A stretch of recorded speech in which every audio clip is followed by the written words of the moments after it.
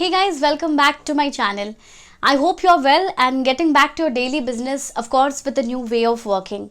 Thank you so much for watching my previous video, how to study maths effectively, and posting your valuable comments. I remember there were two comments which I want to mention. One was from Pritush and the other one was from Smita's Vlogs. Thank you so much both of you for posting such a wonderful comment. It sort of inspired me to do even better what I'm doing right now. And thanks to each one of you for watching my videos. In today's video, I'm going to talk about how to avoid distractions while studying. This video is for all the students irrespective of whatever class or grade you are in.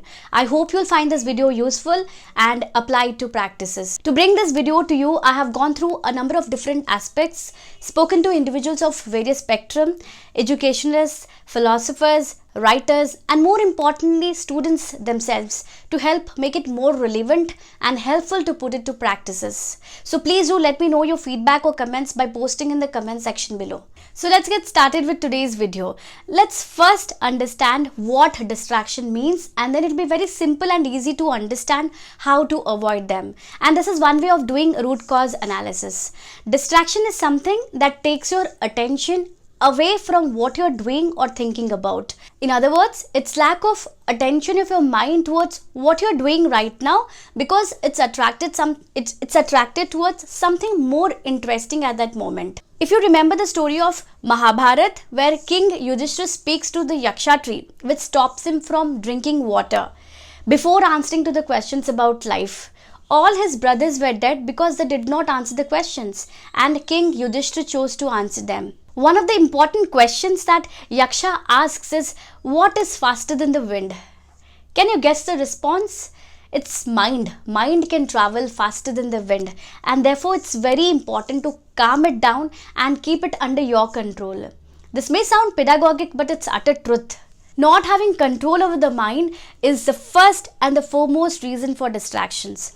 Let's understand some more reasons for distractions. The modern day era is full of gadgets and internets. These gadgets are easily available because they have become part and parcel of our lives. For example, mobile phones, laptops, one or the other person will have there in almost every family. Now, the most obvious and often forgotten distraction is the lack of understanding of a realistic picture of how long a subject or chapter will take to complete. Forget about the book. Most of the students either get scared of the size of the book or become overconfident by looking at small and sleek books, and often lose on time estimation. Then the lack of interest towards studies is one other reason which people state. But with my research, it's said by the students going to school and college population, which is obviously because it's boring and there are many other activities that one can do. For all who think like this, remember, investment in studying is the most rewarding investment that one can do, because it yields results for lifetime. Now that we understand the major distractions that can impact one's study, let's simply understand how to avoid them in the same order. So the first thing is how to control your mind to avoid distraction. Start your day early. Sit for a while doing yoga or meditation. If not anything, just sit for 10 minutes in the morning with eyes closed. I don't want to say what happens, as I would like you to experience it by yourself.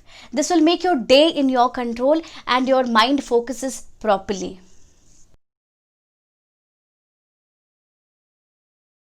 Now the second and the most important thing is how to stop getting distracted from the gadgets. I know it's easier said than done, but switch off your mobile phone for that particular time when you're studying. Even if it's for 1 hour that you're studying, investing all your focus and energy for that 1 hour is enough to yield desired results.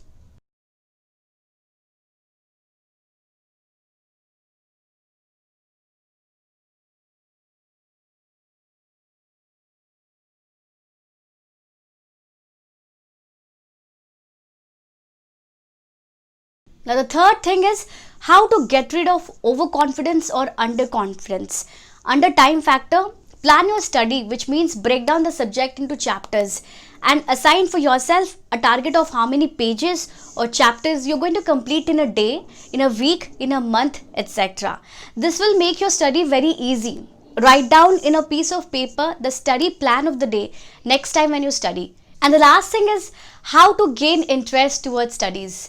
As I said earlier, the mantra is simple. The investment of time and money towards studies is the only investment that yields lifetime results. So please keep this in mind when you're in front of your book next time. So with this, it comes to the end of today's video. I really hope this video provides you with some useful, although not necessarily simple tips for you to avoid distractions while studying. So thank you so much for watching, and please do know your comments if you want me to come up with videos like this next time relating to studies. So thank you so much for watching. I'll see you all soon next time in my next video.